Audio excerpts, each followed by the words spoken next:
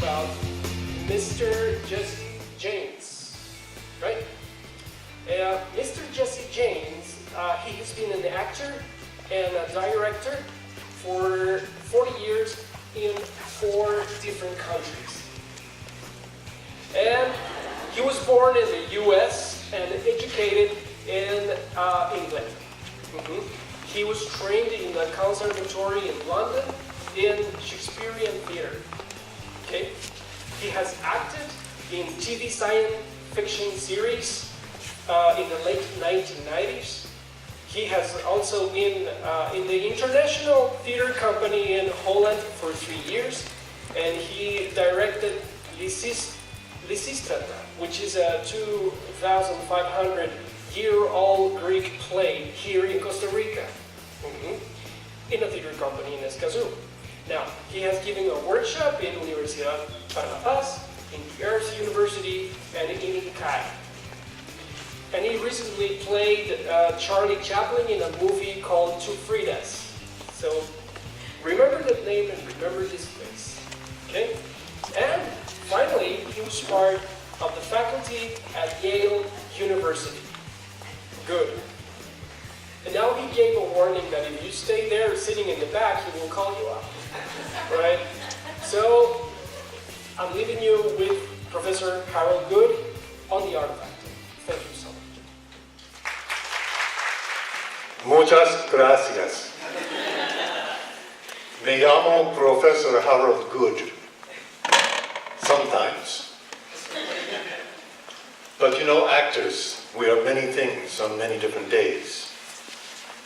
I was asked to come here today because it's English Day, and I speak English. And I like to act. I've been studying Spanish for a while, and I've learned some great phrases. One of them I learned today, which I forgot. Me vale. Que dicha mai.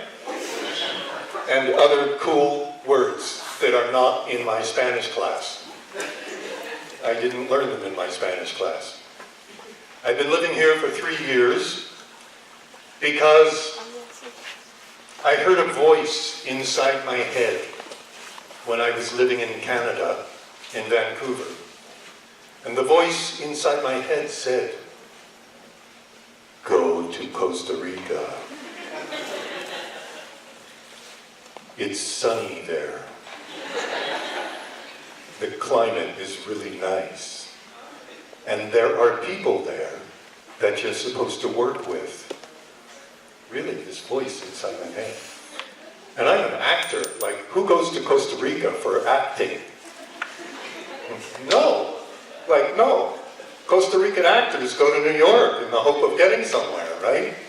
But I came here 3 years ago, and I had this idea that there was a beautiful retreat center with an amphitheater and another theater. And people came from all over the world to see amazing performances in this place. And I'm still looking for it. And then I discovered this year the necessity para hablar español. So, yo estudié 5 meses, cada día 2 horas, para 5 meses. Y después dirijo una obra en español con pico actores, 15 actores, en una obra que es muy antigua, Lysistrata. So, I have many opportunities to practice. I love acting and theater.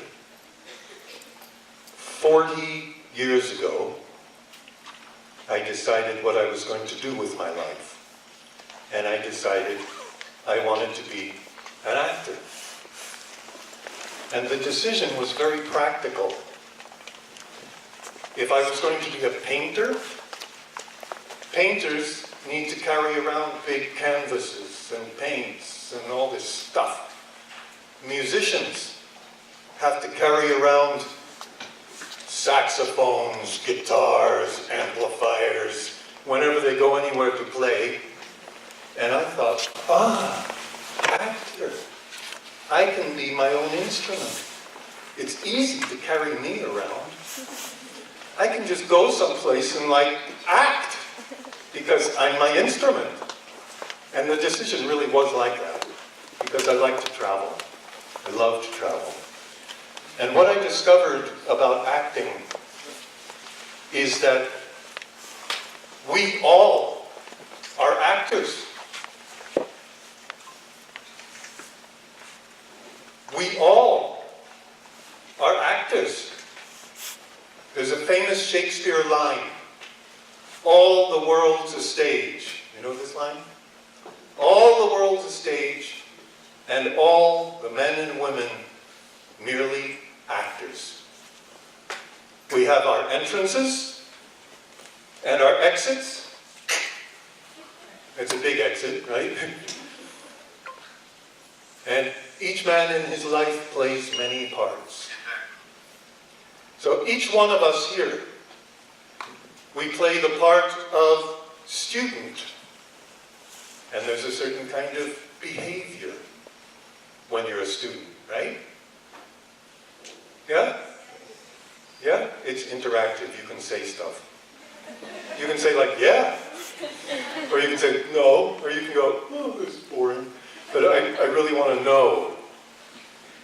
So what other papeles, what other characters do you have in your life? Name one. One is student. What? There's a character at work. The professional character. What else have you got? Who? Who? Son. Son? Son like Sede? Sol? Son as in son or daughter of parents? You confused me. You could, like daughter too. Yeah, son and daughter. Different behavior than you are as a student. Or with your friends in the cafe. Sometimes you don't want parents to see that part of you, right? See? Or no? See? I mean, yes, right, this is English. So can you say, just for practice, say yes really, really, really loud. 1, 2, 3. Yes. That was sort of loud. That was not theater loud. And now let's try no. 1, 2, 3. No. Okay, so you know English. That's great. That's all you need to know in English. Yes or no. That's what I learned when I first came to Costa Rica. Sí and no. People would talk to me and go, I go, sí.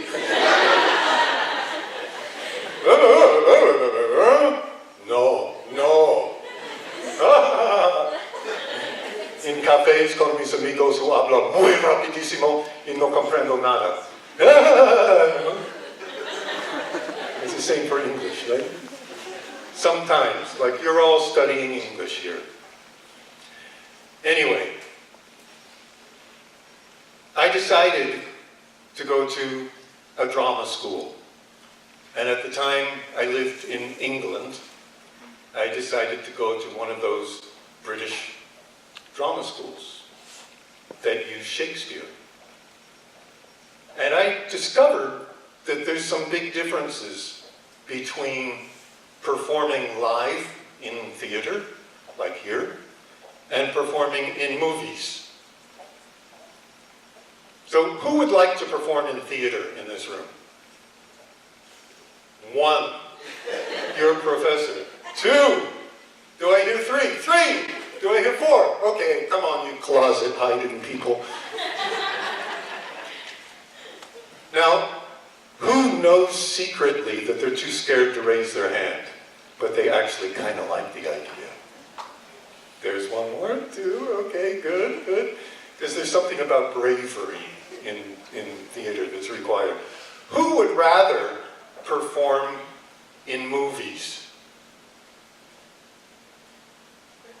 1. Really? And what about the rest of you? You're happy hiding behind computer screens, too? That's a good place to hide.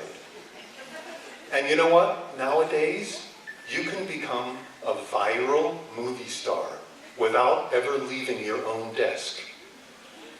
You can just do something stupid in front of your camera and push a button and you're out on Facebook and thousands of people are viewing you. That never existed before, ever in the history of the world.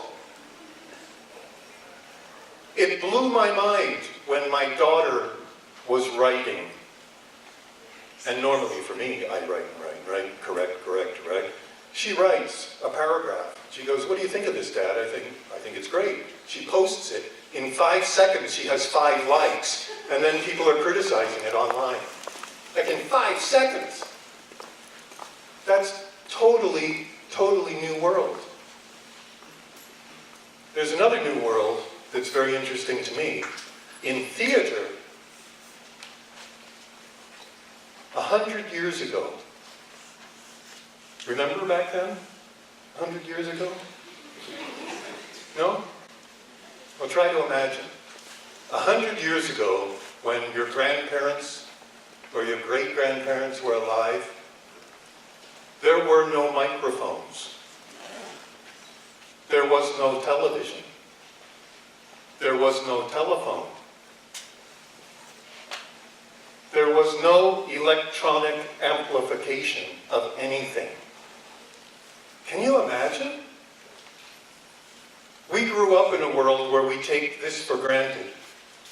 But back in those days, 100 years ago, and for thousands of years before that, people used their voices to convey everything. Everything. When enemies are coming over the hill and somebody saw them, they ran into the town and they said, "Hey, everybody, come here, it's really important, we're all gonna die. Pick up your guns and shovels and let's fight." Like it was kind of normal for that. Or at nighttime, instead of giving your kid an iPad or watching Netflix, they told stories. They told stories to each other. We hardly do that anymore. We are losing the transference of knowledge and wisdom from one generation to the next. And theater, in its cultural roots, provides some of that. Some of that awareness, some of that practice. Some of those stories are encoded in great poems, great plays. So why do we study those things? They are history. And not just history like, oh, in 1825, so-and-so killed somebody, and you have to memorize it, and it's on the test. That's not why. But to discover the emotional history of humanity. Hi, welcome. You have the best seat. Really. He doesn't know why yet. I was saving that seat for a special event. The other thing about theater that's so cool is that it's live. It's happening right now. And the actor, performer, presenter, teacher, and I'm going to include all those things as theater. When you give a presentation in your class, that's theater. When your teacher stands up in front of you, that's theater.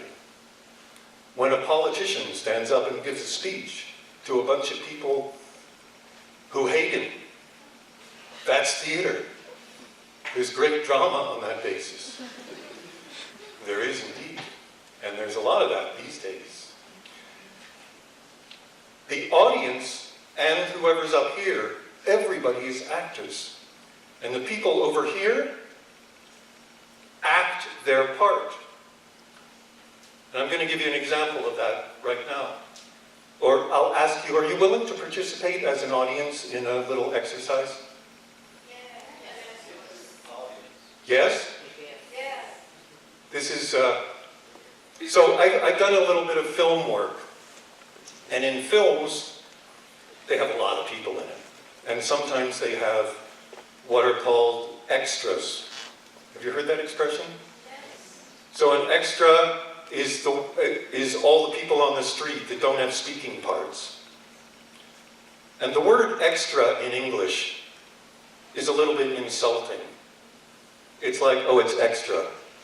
We don't need them, but we have to have them.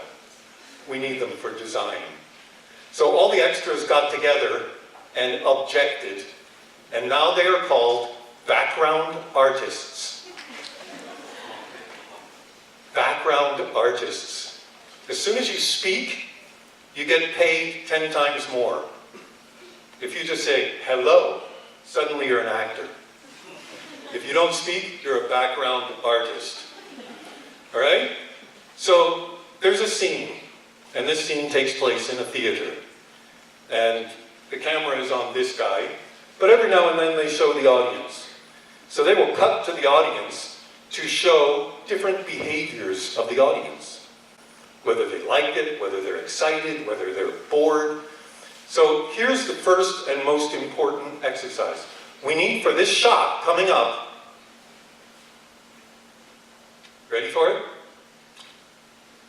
An outrageous standing ovation. You know what that is? That's like when the show is so amazingly brilliant, or your favorite team just won the World Cup, or whatever it is. Okay? So it's on 3. Jump to your feet, outrageous standing ovation, and then when I go like this, stop, sit down. Just like zombies. Right? So I'll do the short version of it. It goes like this. Yay!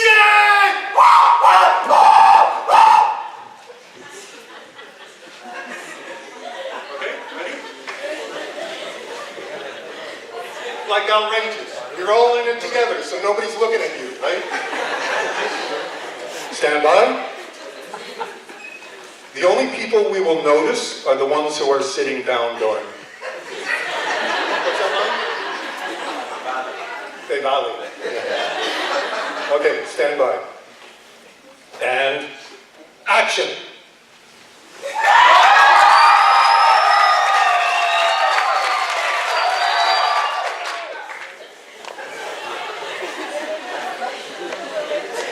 That was pretty good.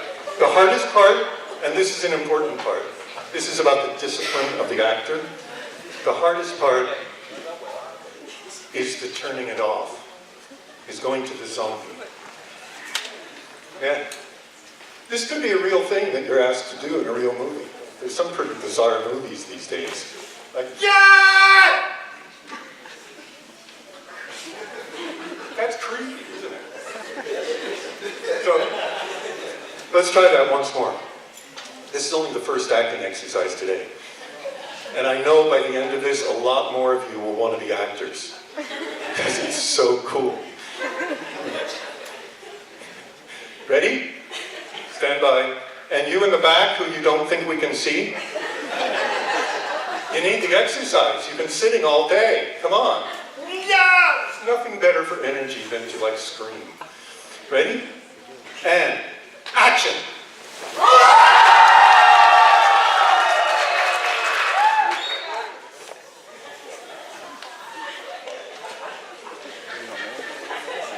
The zombie part's going to take some work.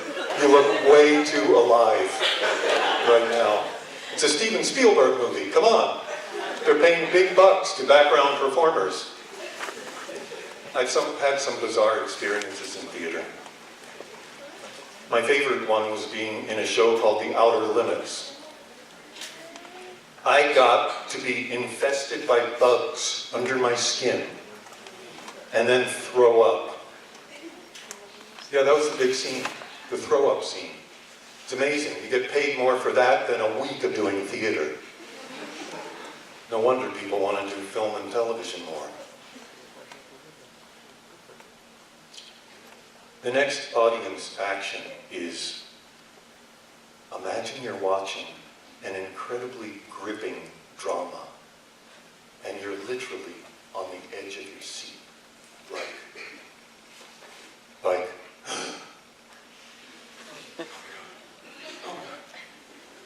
ready? Okay.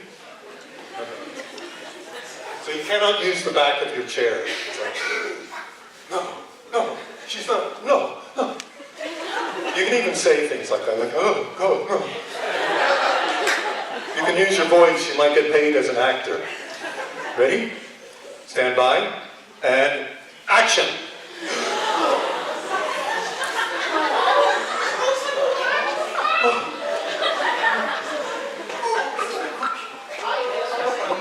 That is so amazing to look at. Okay, cut. That's the other important thing. There's action and there's cut. You have to make sure you do the action until the cut. Otherwise, they have to do it again. Yeah, so I really liked some of those. Oh yeah, ooh, there was one over there. You can go. You can personalize your shock a little bit. Because if you do it really well, that's when the director says, we're going to bump you up to actor and give you some lines and pay you $5,000 for today. Is that okay with you? And what do you say?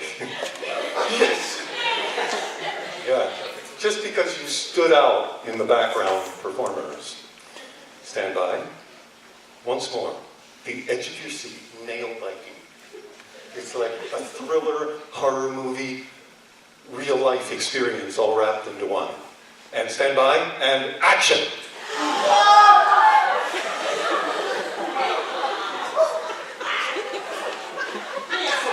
And cut! Yeah, I saw somebody back there still text messaging. It's a challenge these days to get past the phones. These never existed. Like 10 years ago, I was in China, in Beijing, at the drama school of Beijing. And there was a performance happening on the stage.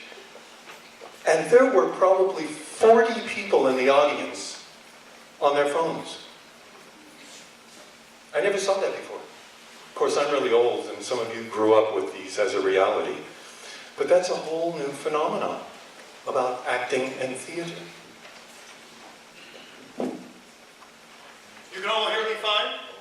Yes. So that's another thing about acting and theater, is that back in the old days, before microphones, it was kind of normal to speak at this volume.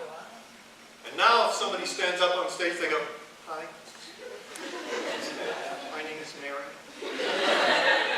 I'm really shy and I didn't prepare, but I hope you like what I do. Seen that before? Because we forgot that back in the old days, you go, hi, my name is Mary. Don't I look like her? And actually see people in the very back row. And these days, how does it feel to stand up in front of people? Shout out something. Terrible. Terrible. Weird. What? Awkward. Awkward. Good English word. Scared. Scared? Now, get a sense of your body. What does your body feel?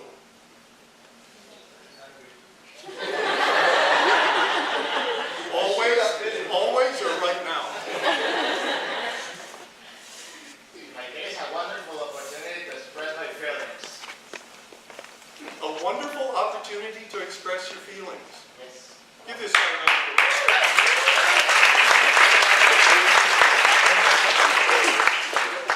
Come on up here. Let's do this. Let's do this.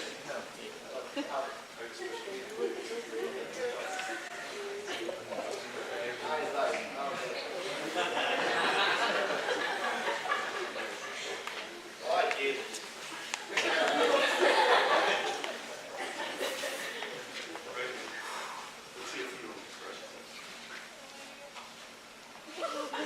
Jesus. Hello guys, how you doing? How do you feel today? How was your day? Interactive. So, for example, you're wonderful women.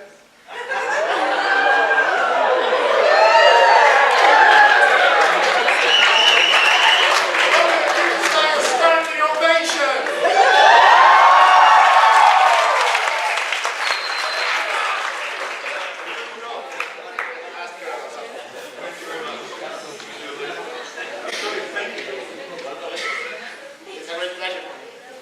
I'm glad. Oh, I'm glad too. I'm glad too. I'm impressed.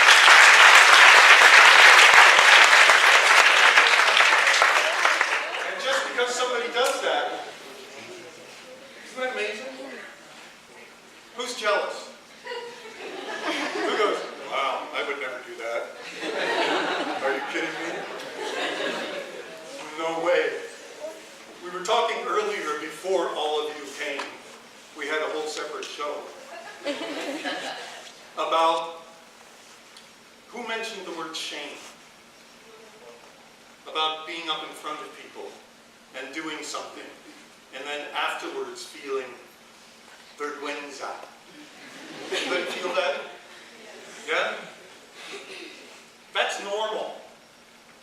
That's normal. Me, 40 years doing this. It's normal.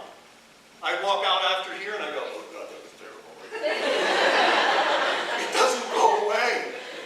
The only people who succeed in this, they tell that voice just to be quiet. Oh, it's that voice again. Shut up. I'm doing this now, okay? I like doing this. Don't tell me how rubbish I am. How much I'm not good. What English words can I share with you? Any English words? Okay, good. So, anything can be theatrical. Could I have 2 volunteers, please? Yeah. Volunteer, come on up here. Give this guy a round of applause.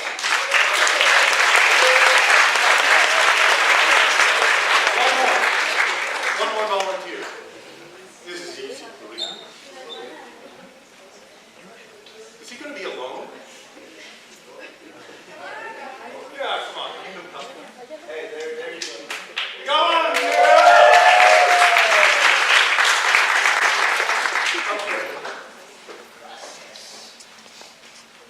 So, I have a challenge for school. It goes like this.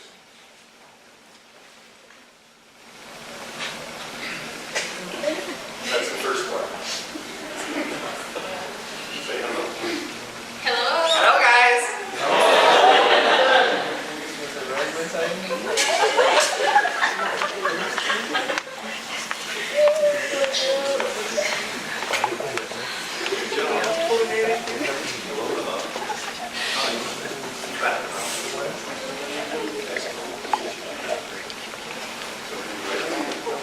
Here's the challenge. We have 2 contestants. They each have 3 balloons. And their job is to blow up the balloons, tie them, send them out to their side of the audience first. So this is your team guy. This is your team girl. And they need your support. So cheer them. A lot. Like you're at your favorite soccer game. Are you ready? Yes? On your mark. Get set. Go!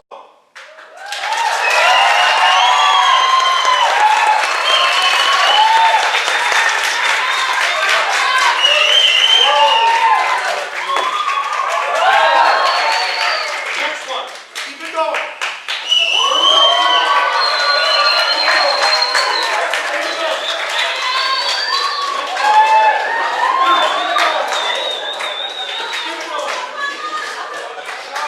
Hey!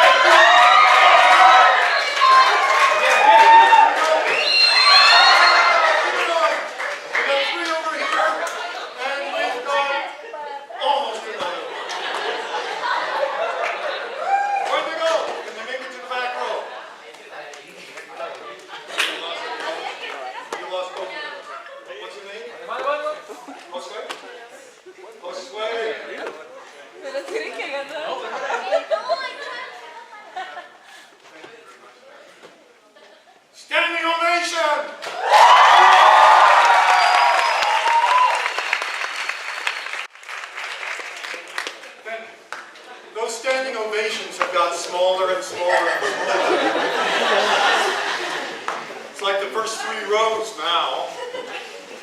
What's with you guys? You had a long day? That's the terrible thing about theater. You're all in the act. The ability for you all to give your energy to what's happening up here affects what happens up here. If you are up here giving a presentation, and the people out there are going, what's going on up there? That's boring. Oh, I don't like her shoes. Yeah, whatever. Where did she do her hair? Can that guy talk? I can't even hear it. All that blah, blah, blah inside our head while we're watching the thing going on up here. The only way to grow is to give support and encouragement to each other. So in theater, we develop communities where the different actors in the group say, yeah, that was great, just go for it, give it a little more. They don't say, that really sucked. You shouldn't be here, man, I should have your part. They do that too. But at least in groups that work together and do very well together, the strategy of making a great show, or a great team, or a great group presentation, is say, yeah, that was a great idea, go for it. Not, you'll never do that. Because each of us are part of the problem in that way, right? I'm afraid of being judged, but I'm judging. Huh? What's that about? I'm a hypocrite. When you leave here, the one thing I want you to think of is the way you can support other people when they come to you for their support. Does that make sense? Does that make sense? Because universities are easily very competitive, right? You're competing for a place, you're competing for grades, you're competing for a job afterwards. But actually the only way we get anywhere is in support of each other.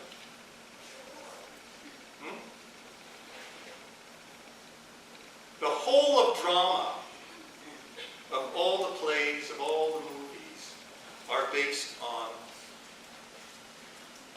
someone being right, someone else being right, and trying to prove the other one wrong.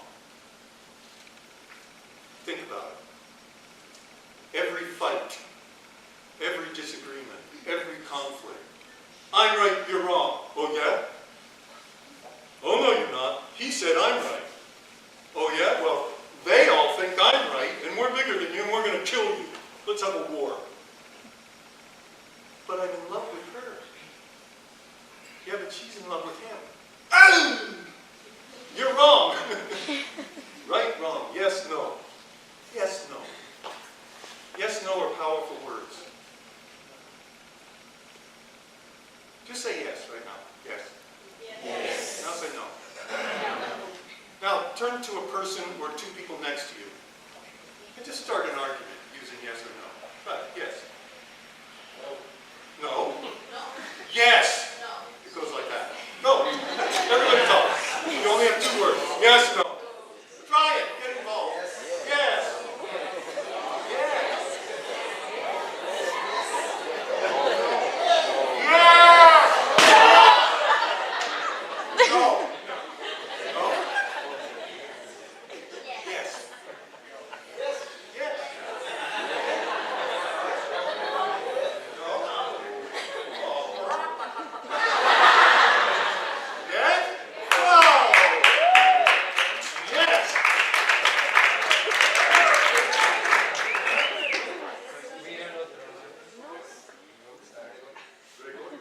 Gregorio, ladies and gentlemen.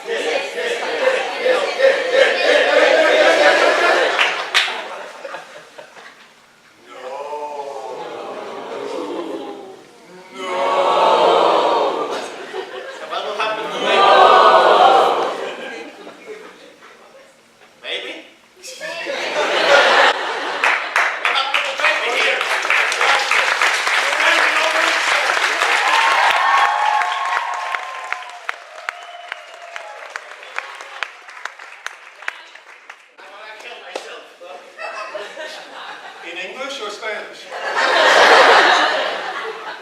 Both of them. So I don't know. Oh, okay. Bueno. I was talking about Shakespeare earlier. Who likes to read Shakespeare? 1, 2, 3. Any more? Oh, there's a couple back there who like to read in English. In English? That's great. In England, where I went to school, Shakespeare is God. Yeah, Shakespeare is God. God is God too, but Shakespeare is God. And in our drama school, we had to read Shakespeare every day and work on Shakespeare's lines every day. And if we got one word wrong, we were, you missed Every word is important. But what I discovered about Shakespeare is the complexity of the psychology. Once you start to understand the language, it's amazing. And nobody speaks like that. Nobody speaks like that now. But it has the most amazing study of humanity. In this room is very good for making speeches. It's not so good for theater, I think. It's just personal opinion. But there's a great speech in Julius Caesar where Mark Antony, not the singer,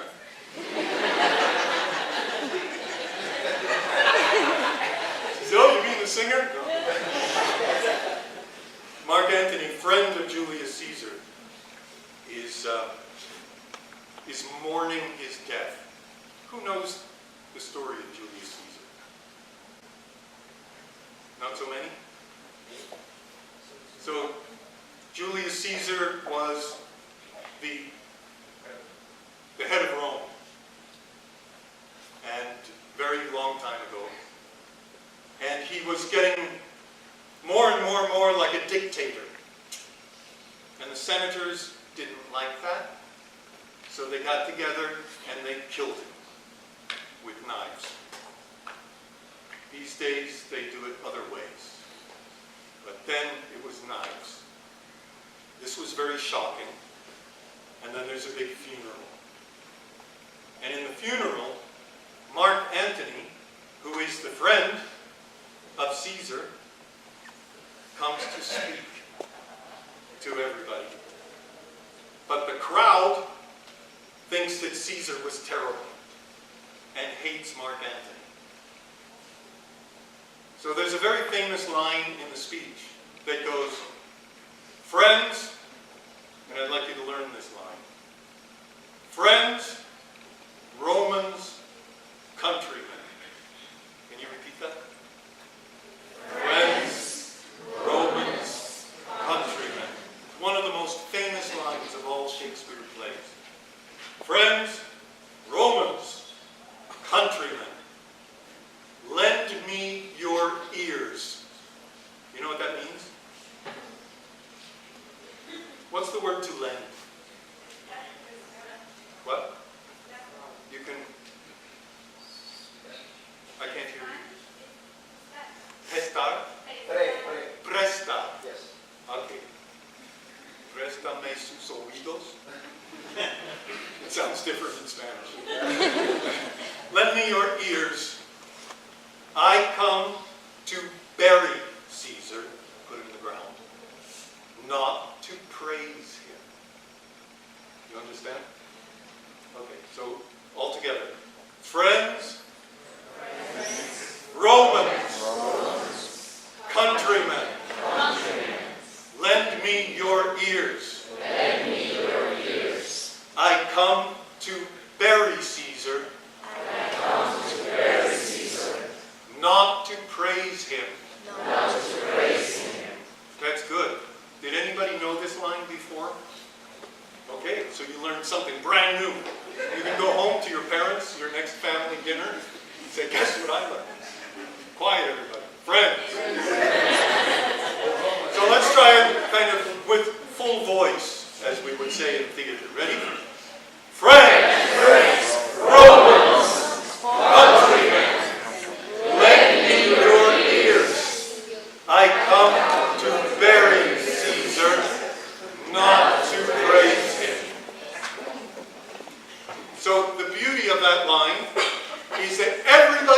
crowd wants to kill him.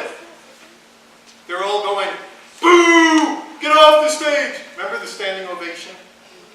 The energy you did there? Well, we can do the standing ovation again, but this is a new one for the background performers. You're making about, as a background performer in Canada, you make $300, $400 for a day.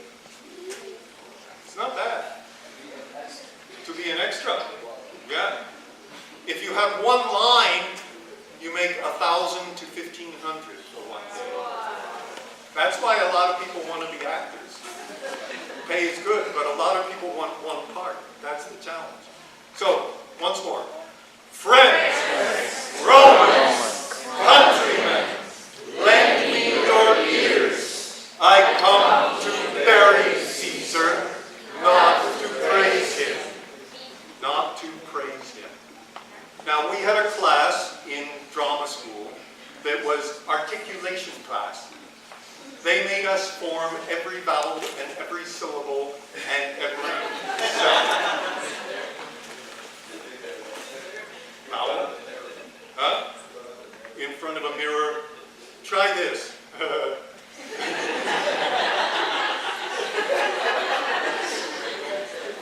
Our articulation teacher, 9 o'clock in the morning class, she starts like this. Take your 2 fingers. You can do this.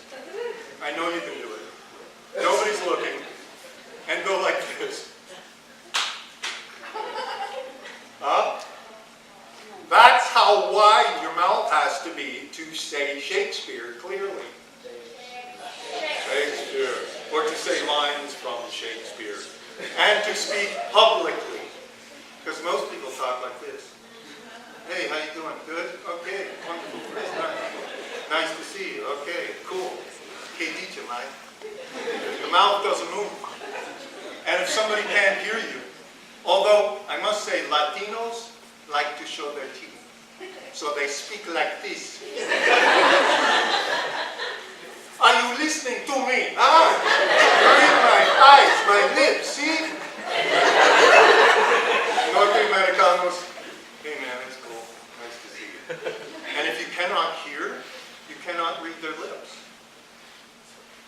So it's also true when you speak publicly that people can see the shape of your mouth because it makes it easier to understand you.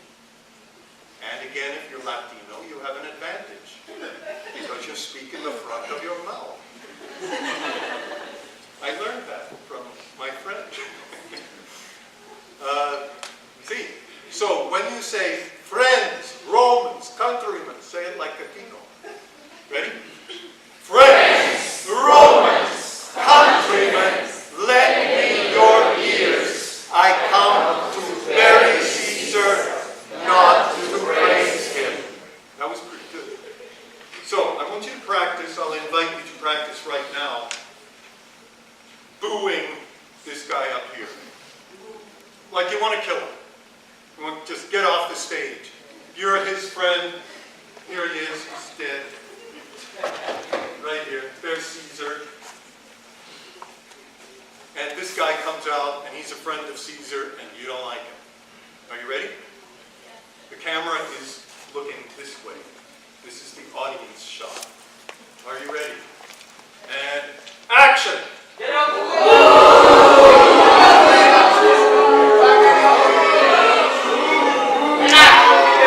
That's pretty good.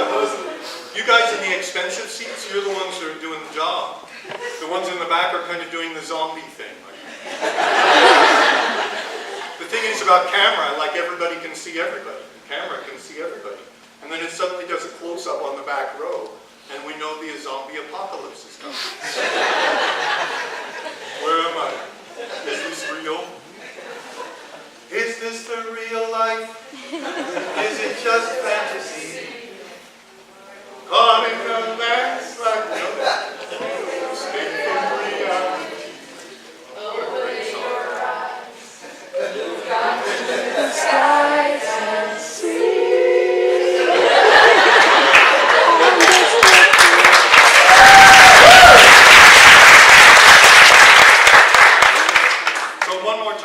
see the booing, booing, booing.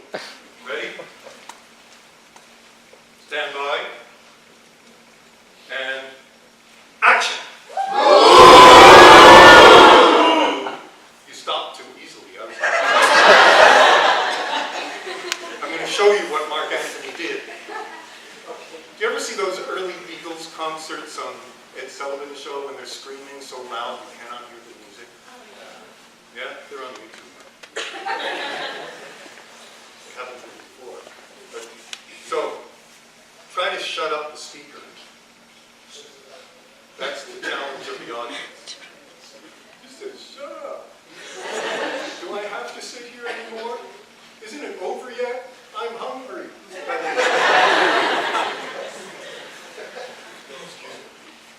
Ready?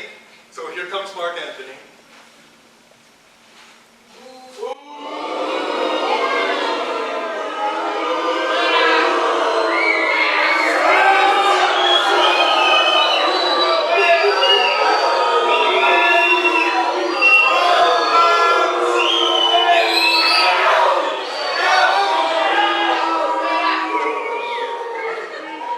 Countrymen,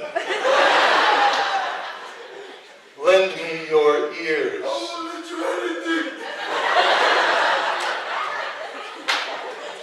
I come to bury Caesar,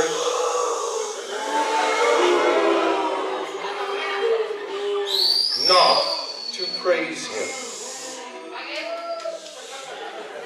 That was pretty good.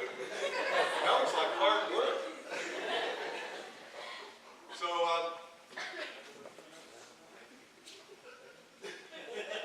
you all know the lines. You all know the lines. We're auditioning for this role because we're going to be doing a performance of Julius Caesar coming up very soon. And we're looking for a Mark Antony. Who would like to come up here? Come on. Let's do it. This is a big chance. I see you moving. And what I love right now is how you feel in your body, just with the thought that it might be you. Isn't that a terrifying experience? But that's really good to feel that terrifying experience because you don't get an opportunity very often to go, oh my God, please, no. Not me. So let's practice it all together one time.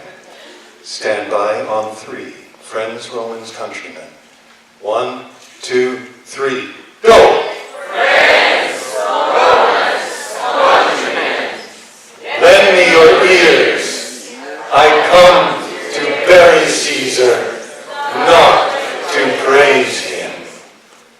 Give it to us. Friends, Romans, country, Hold them out.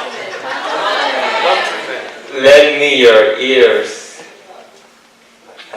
I come to bury Caesar, to not praise him.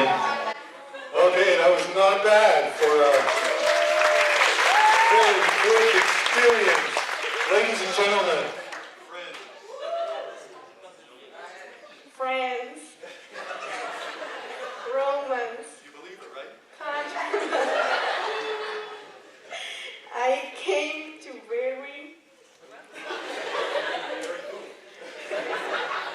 Bury who? Bury somebody. Caesar, let me your ears. What about your ears? That was great. Nice one. And the magic seat. No. Learning lines is really hard. Right? Friends. No. Yes. No. Yes. No. Maybe? No. Friends. Romans. Countrymen. Listen to what he says. He starts out with friends. I'm telling you, we're friends. And then friends doesn't work. So he says, Romans. It's like, amigos. Right? Costa Ricans. That doesn't work either. Latinos. No? Okay, yo soy gringo. Pero es mi amigo allá. I'd like to share with you the whole of this speech. Would you like to hear it? Yes. And then you can come and do it afterwards.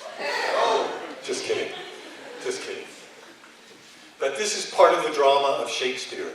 That in this one speech, and listen carefully, because the language is old. It's Old English. English people don't speak like this. English people even have a hard time understanding it. It's true. When English people have to study it in school, they hate it. But when you go to see the Royal Shakespeare Company perform it, it's amazing. It's truly amazing. So, I need your help again. And this is Mark Antony's speech from Julius Caesar, where he turns the crowd around against Brutus, who is the leader of the people who killed him. Yeah? Ready?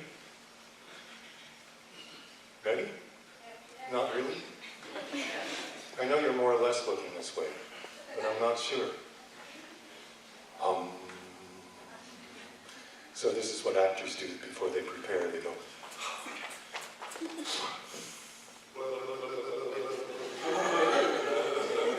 they do all this kind of weird stuff backstage and you never see it, so that they don't get nervous. Except I've already been here for a while, and now I'm nervous.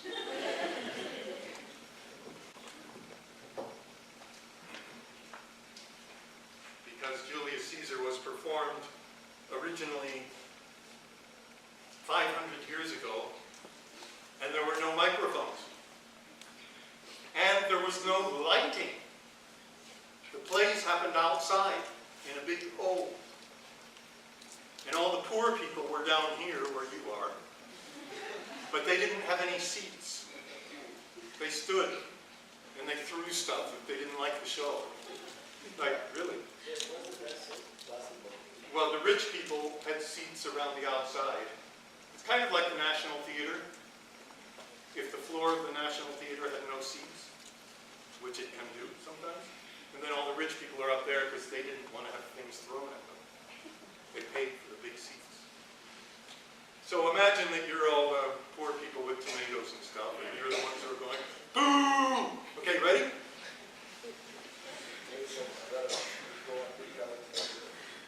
You can throw a balloon. Throw a nose.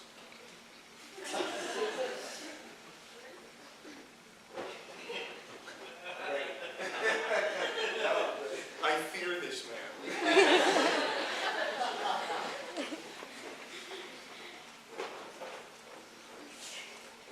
I think I need protection. Better? Yep. Sort of like a period.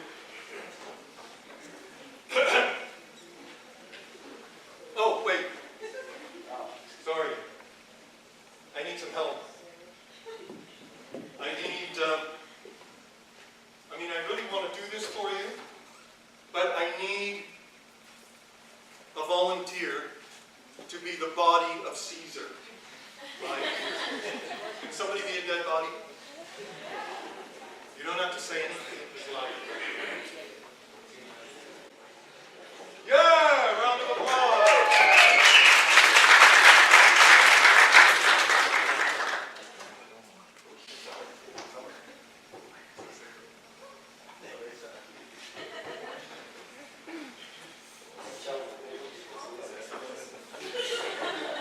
There's a sheep.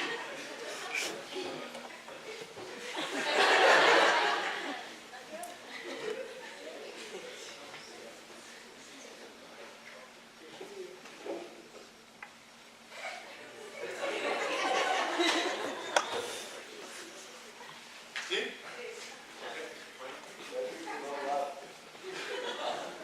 Excelente. Okay. So he just died, he's lying out there. Brutus is somewhere. I know what Brutus is. Okay. Stand by. So when I enter, you know your part. Right? Okay.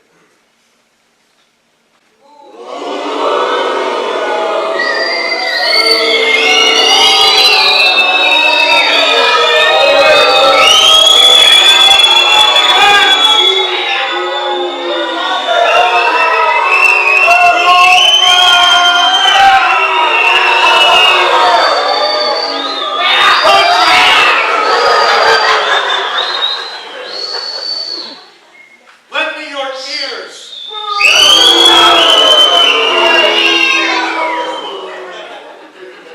I come to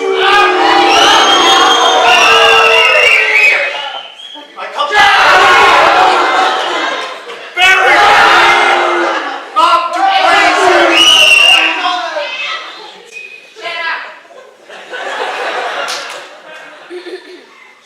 The evils that you want to hear the rest of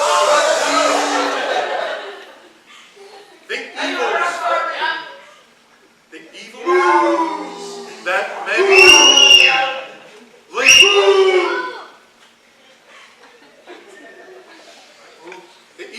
live after them.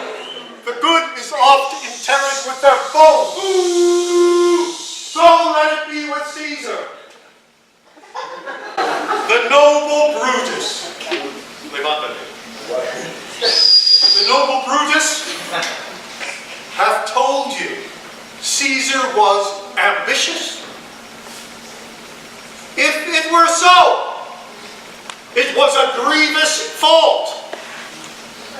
And grievously hath Caesar answered it.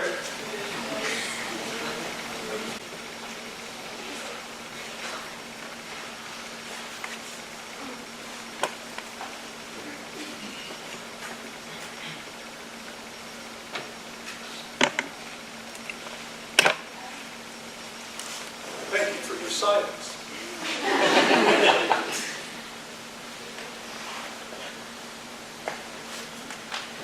The noble Brutus hath told you Caesar was ambitious. If it were so, it was a grievous fault. And grievously hath Caesar answered. Here, under leave of Brutus, and the rest, for Brutus is an honorable man. So are they all honorable men. Come I to speak at Caesar's funeral.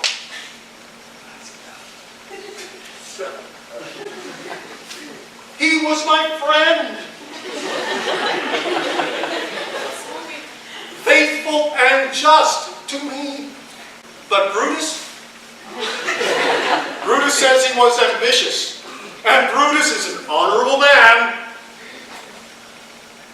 He hath brought many captives to Rome, whose ransoms did the general coffers fill.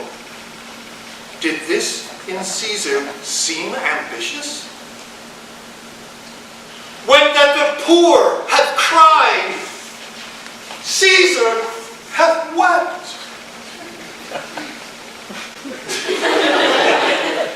Ambition should be made of sterner stuff, but Brutus says he was ambitious. And Brutus is an honorable man.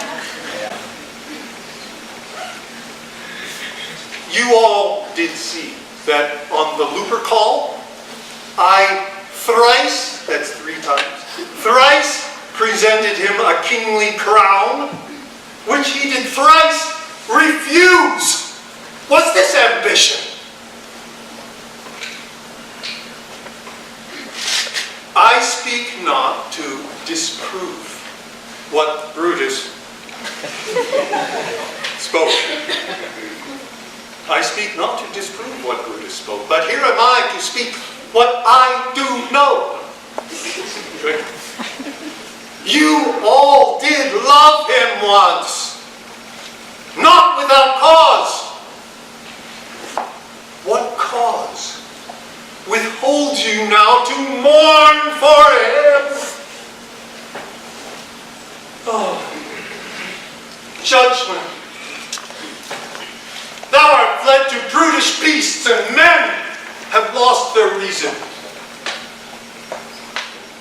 Forgive me.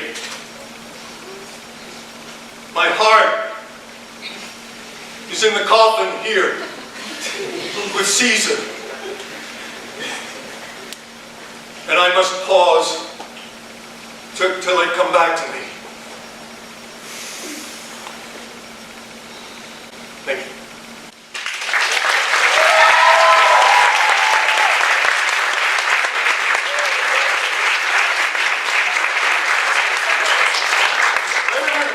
For Caesar!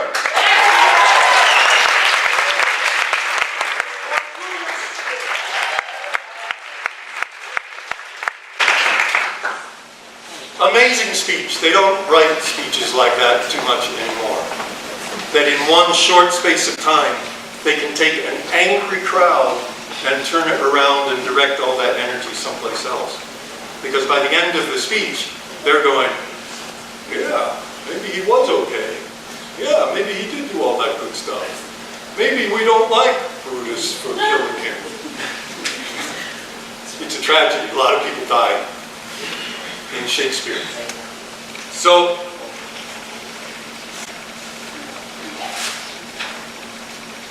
in our very brief time together, which is rapidly wrapping up, do you have any questions? Are there any questions about what you've experienced so far? About theater? About what you're going to eat tonight? About how much homework you have? About how to handle your next presentation? Because they're coming, and they always will. I want to suggest to you that the ability to stand up in front of people with confidence is the single biggest ability that will change your life. It's why people get better jobs. It's how people get elected. It's how, when you have an idea that's going to change the world, or an invention that you want money for, it's how people have confidence in you to want to do that, to want to give it to you, to want to support you. And I want to tell you that being nervous and being afraid never, ever, ever goes away. Never. There are two reasons in the whole history of humanity that there is somebody in front of a group of people. Two general categories. What are they? That's one of them. That's a giveaway. What are they? Shout it out. You what? I feel it right there. I'm an actor. They teach me to feel things with my feet. I know I'm close to the edge. Don't jump! What are they? Because this has everything to do with the experience of shame we were talking about before. I will tell you. One side is the people that you will pay to listen to, or believe that they have something to offer. That includes teachers, politicians, sometimes ministers, actors, people who it's their job, their calling, their whatever, to stand up in front of people and share something. It may be a great new idea, it may be an emotional story, it may be a piece of comedy, it may be a lecture that has fascinating discovery in it that you get to find out in university. The other side is what? Who stands on the other side in front of a group of people?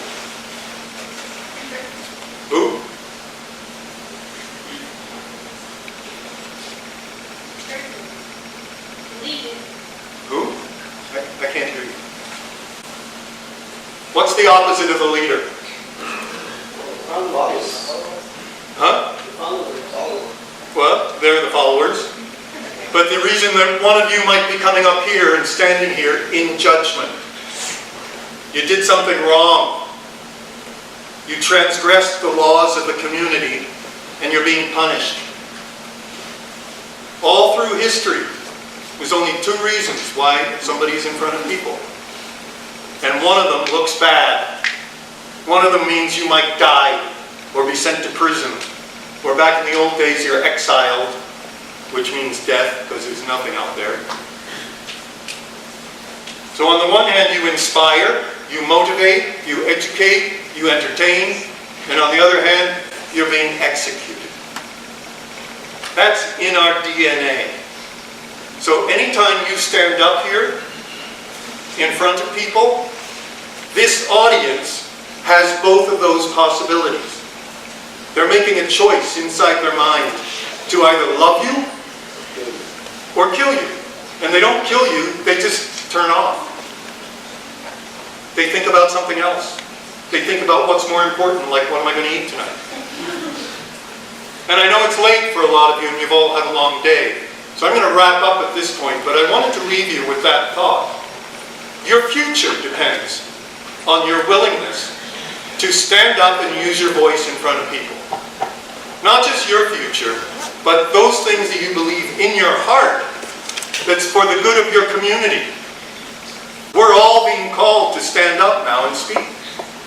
Women, men, to tell our stories, to use our voices, to work through the shame of it, and do that fully and without apology. And it's very hard to do it. Like a number of you said, I'm afraid everybody else is judging me. But listen to this. You wouldn't worry, I don't know what this is in Spanish, but it's good to translate. You wouldn't worry what people thought about you if you knew how little they do. You follow that? Nobody's thinking about you. They're all thinking about how other people are thinking about them. Everybody in this room is more concerned about what other people are thinking about them than what they're thinking about you. Isn't that weird? I mean, think about that. That could be very empowering. So the next time you give your presentation, put your whole heart and soul into it. Because we listen when there's passion and determination. Yeah? Yeah? Can I hear a yeah? Yeah. Okay. Can I hear I'm hungry? I'm hungry. Okay. Can I hear a standing ovation?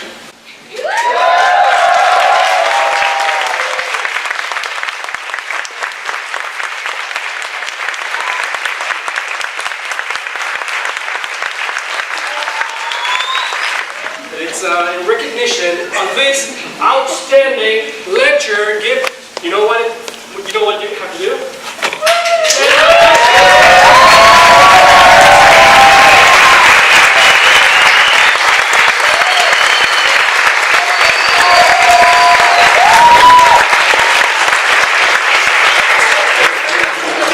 It says that this award is presented to Jesai Jayhmes in recognition of outstanding lecture.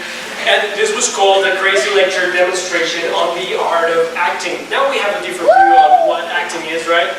Yes. We do it every day, right? Presented on the 8th of October, year 2018, says in Gran Campos, signed by Mr. Manuel González Alvarado, the Dean. Wow. Wow, thank you so much. I'd like to thank my mama and